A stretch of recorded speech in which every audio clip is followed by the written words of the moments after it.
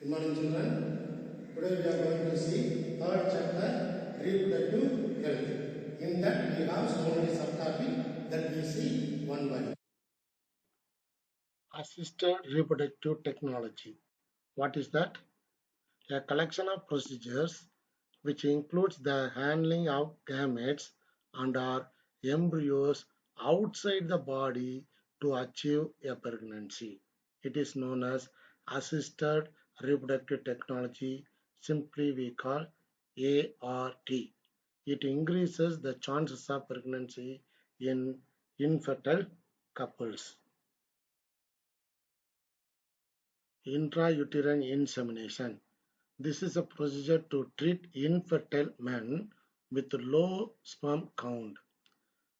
The semen is collected either from the husband or from a healthy donor and is introduced into the uterus through the vagina by a catheter after stimulating the ovaries to produce more ova.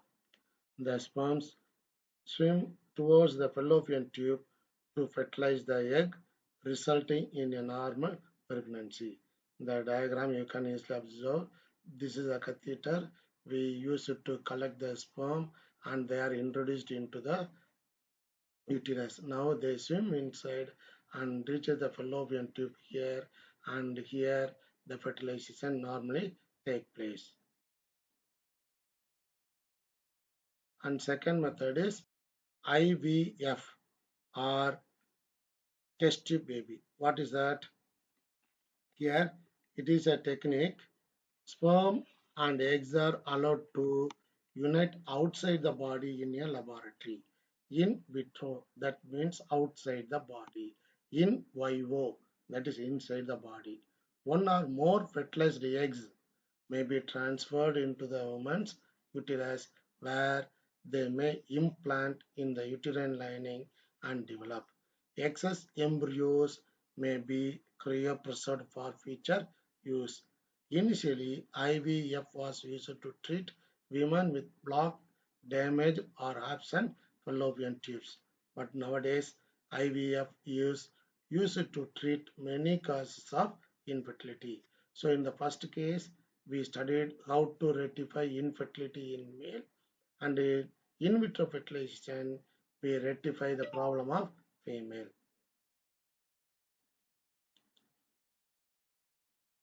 Now, what are the basic steps? We have five basic steps. They are stimulation of ovaries, egg retrieval from the ovaries, fertilization of eggs, embryo culture, freezing excess embryos, embryo transfer, and pregnancy test. These are all the steps we have to follow in vitro fertilization.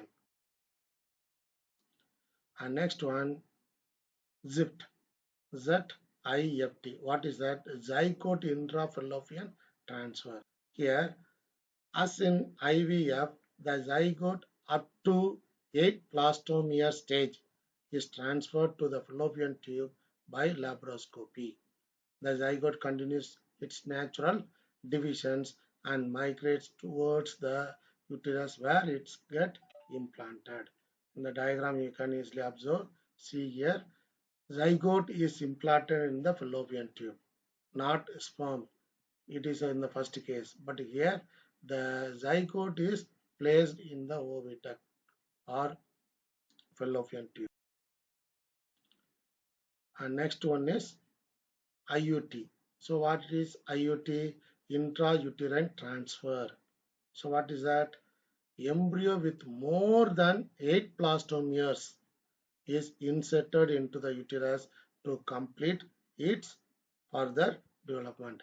And in the diagram you can easily observe here both the egg and sperm are collected and they are fertilized normally in vitro fertilization. After that they form 2 cell stage, 4 cell stage and 8 cell stage, and more than 8 cell stage is taken and they are introduced into the uterus.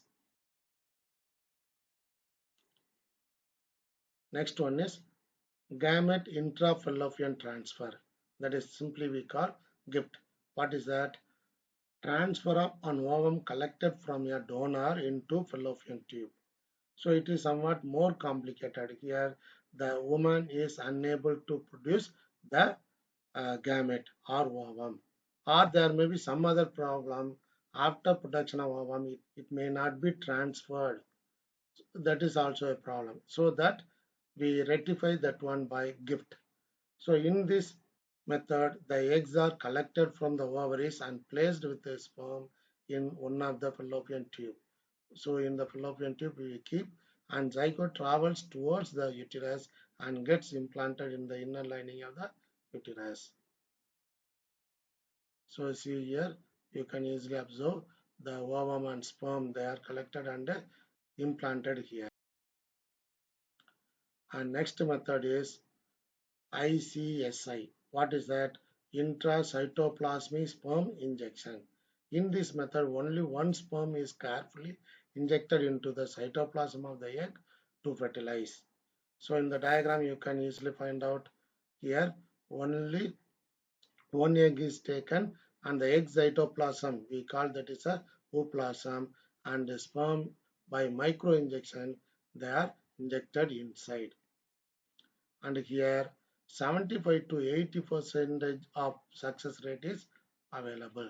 The zygote is allowed to divide to form 8 cell blastomere and then transferred into the uterus for normal development. And next comes surrogacy. So even then there are so many problems prevails. We go for the last method, surrogacy. What is that? Here, surrogacy is a method of assisted reproduction or agreement whereby a woman agrees to carry a pregnancy for another person who will become the newborn child's parent after birth. Through in vitro fertilization, the embryos are created in the lab and are transferred into the surrogate mother's uterus. Later, the fetus develops into the surrogate mother and attains normal delivery. Now we go for the first 1 to 7. You can easily observe the complication level is more. So first one, intrauterine insemination. Here, male has the problem. In vitro fertilization, the female may have the problem. The, there may be a uterus damage or blockage in the uterine tube. And third one, zygote intrafallopian transfer. Here, there is a problem in normal fertilization. So zygote we introduce inside. And the fourth one, intrauterine transfer. Here, the normal fertilization may not take place in the fallopian tube. So embryo is cultured outside and more than 8 cell blastomere is inserted directly to the uterus.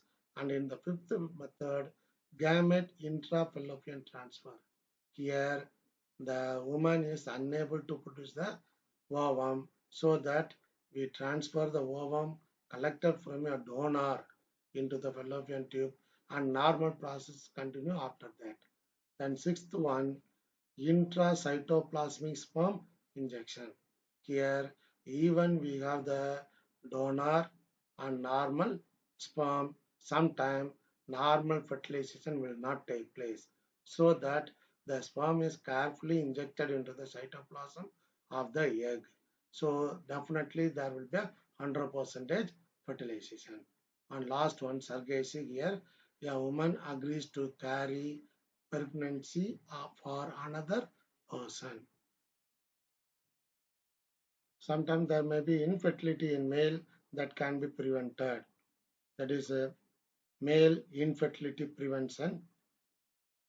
Azoospermia is defined as absence of spermatozoa in the ejaculated. Now how will you rectify? There is a method called microtesticular sperm extraction.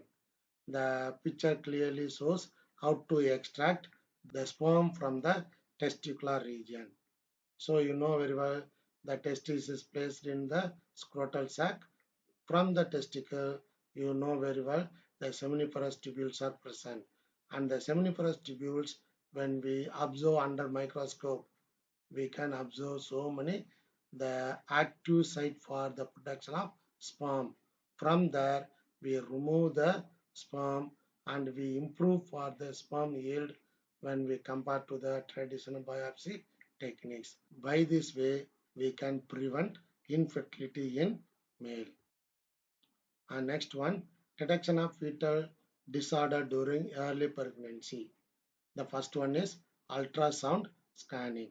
So here, when in the diagram you can easily observe, there may be some discomfort due to the pressure from the transducer. Okay, but there is no risk at all. It won't use any radiation also.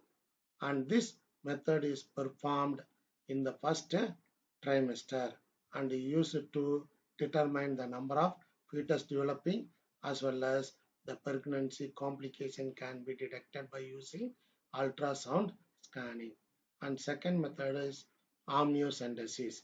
The amniocentesis involves taking a small sample of amniotic fluid that surround the fetus to diagnose for chromosomal abnormalities. So what is that? Here the amniotic fluid is taken for diagnosis of chromosomal abnormalities. Here the amniocentesis is generally performed in a pregnant woman between the 15th and 20th week of pregnancy by inserting a long thin needle through the abdomen into the amniotic sac to withdraw a small sample of amniotic fluid. Now student, why do we collect the amniotic fluid? Instead of that one, we can collect so many fluid. Okay, because the amniotic fluid contains cells set from the developing fetus so that we can get the genes, DNAs and the cells from the developing fetus. Next one, chorionic villus sampling. So what is that here? It is a prenatal test. The amniocentesis is also a prenatal test. Sample of the placental tissue is taken here. Okay, and test for chromosomal abnormalities. Now students, after these so many difficulties, so many problems, now the fetus is developing. How will you monitor? That is by fetoscope. How will you? Here, the fetoscope is used to monitor the fetal heart rate and other function during late pregnancy and labor. The average fetal heart rate is between 120 and 160 beats per minute. An abnormal fetal heart rate and or pattern may mean that the fetus is not getting enough oxygen or it indicates other problems. So students, when there is a deviation from the normal heartbeat rate, it indicates there is no enough oxygen is supplied and it indicates other problems. It is a Doppler. It is an electronic device. A handheld Doppler device is often used during prenatal visit to count the fetal heart rate. During labor, continuous electronic fetal monitoring is used. Thank you, children. If you have any doubt, you can ask me.